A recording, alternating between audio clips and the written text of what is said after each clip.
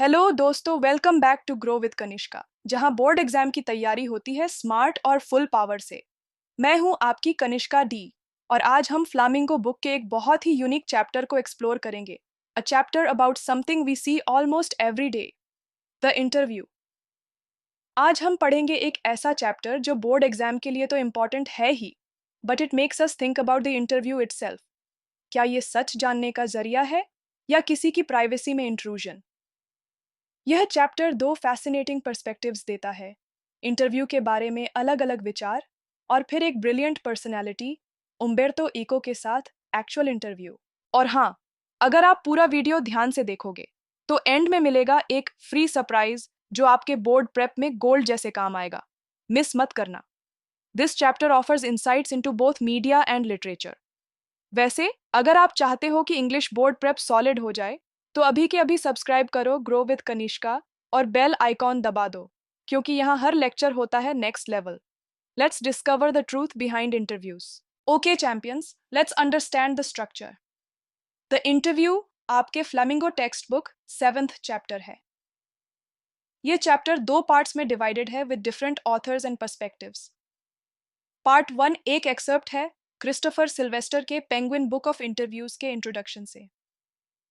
यह interview as a journalistic form को explore करता है, इट्स इन्वेंशन लगभग 130 years ago, it's common place nature today, और इसके बारे में वेरिड ओपिनियंस। पार्ट 2 है एक एक्चुअल इंटरव्यू एक्सर्प्ट, उम्बेर्तो एको का इंटरव्यू जो मुकुंद पद्मनाभन ने द हिंदू के लिए कंडक्ट किया था। बोर्ड एग्जाम की दृष्टि से यह chapter opinions on interviews part 1 और understanding a personality through an interview part 2 पर फोकस करता है।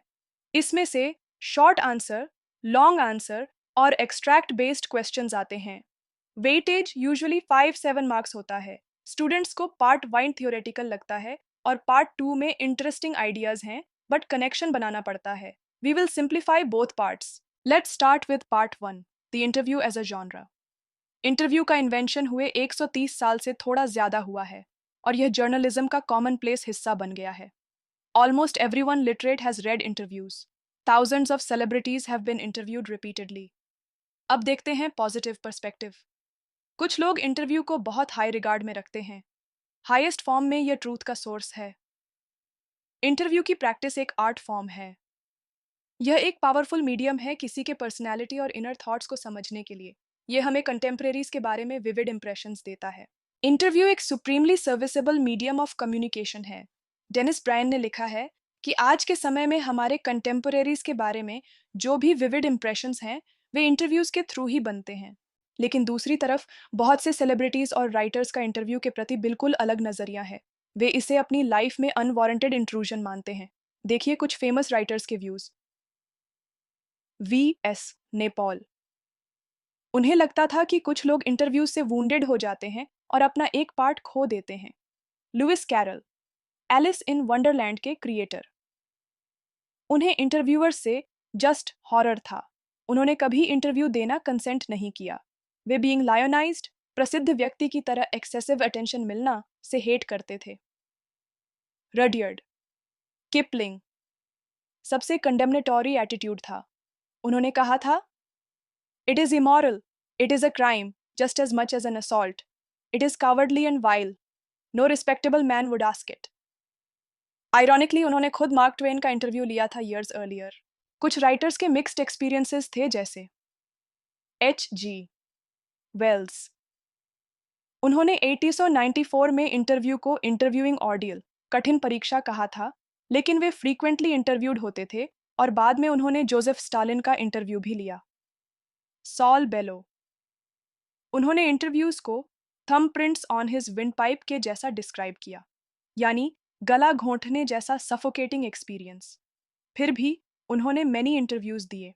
इन सब ड्रॉबैक्स के बावजूद interview remains a supremely serviceable medium of communication. यह हमारा मेन सोर्स है इंपॉर्टेंट फिगर्स के बारे में जानकारी का। इंटरव्यूअर के पास अनप्रेसिडेंटेड पावर और इन्फ्लुएंस होता है। अब आते हैं पार्ट 2 पर, द इंटरव्यू विद उम्बेर्तो एको।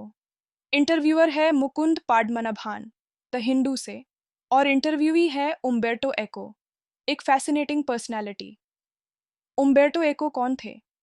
वे एक इटालियन प्रोफेसर थे यूनिवर्सिटी ऑफ बोलोनिया में। उन्होंने अपनी फॉर्मिडेबल रेपुटेशन बनाई थी सेमायोटिक्स, लिटरेरी इंटरप्रिटेशन और मेडिवल एस्थेटिक्स में।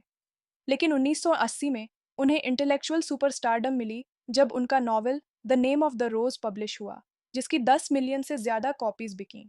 ये इंटरव्यू बहुत इंटरेस्टिंग है क्योंकि ये शो करता है कि कैसे एक पर्सन अपने डाइवर्स इंटरेस्ट को बैलेंस करता है और कैसे वे अपनी सक्सेस को देखते हैं।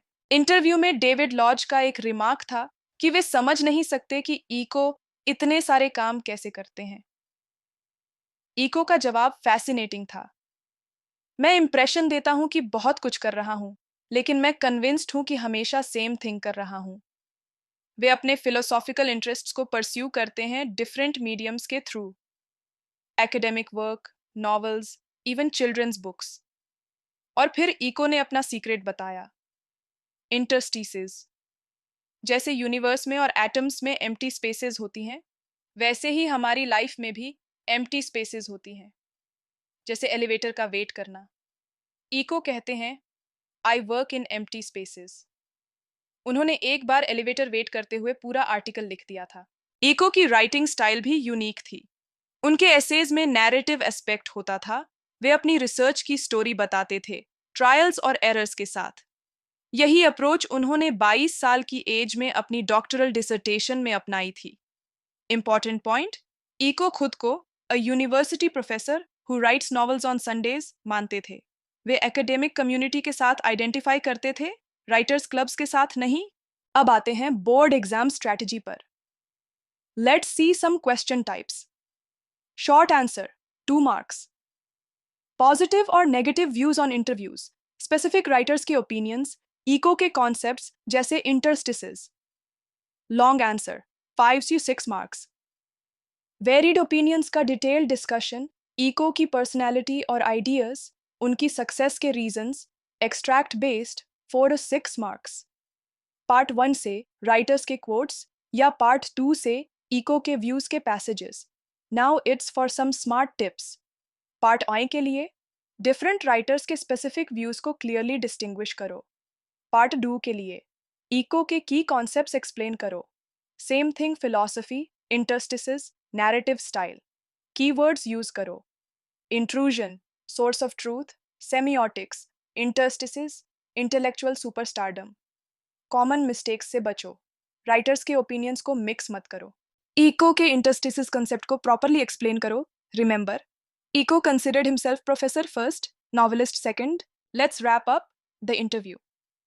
Part 1. Interview. 130 years old medium, varied opinions from truth source to privacy intrusion. Part 2. Umberto Eco, professor novelist with unique philosophy of interstices and same thing approach. Okay now, जैसे मैंने स्टार्टिंग में promise किया था, अब वक्त है surprise का। अगर आपको दी इंटरव्यू के full notes plus sample questions PDF free चाहिए तो सिंपल काम करो, डिस्क्रिप्शन में दिए गए मेरी वेबसाइट लिंक पर जाओ, वहां अपना नाम और ईमेल आईडी भरो और न्यूज़लेटर को सब्सक्राइब करो। फिर मैं आपको 24 घंटे के अंदर आपके ईमेल पर नोट्स भेज दूंगी। अगर वीडियो हेल्पफुल लगा हो, लाइक ज़रूर करो, कमेंट में बताना कौन सा पॉइंट सबसे ज़्यादा हेल्प किया और वीडियो को शेयर करना मत भूलना। और हाँ, ग्रो विद कनिष्का को सब्सक्राइब करो, जहां इंग्लिश बोर्ड प्रेप होती है क्लियर, फोकस्ड और फन। मेहनत स्मार्ट तरीके से करो, सेल्फ डाउट हटाओ और क्लास 12 बोर्ड्स में आप टॉपर बन सकते हो। I believe in you. Website link description में है, जाकर न्यूज़लेटर ज़रूर सब्सक्राइब करो ताकि मैं नोट्स भेज सकूं।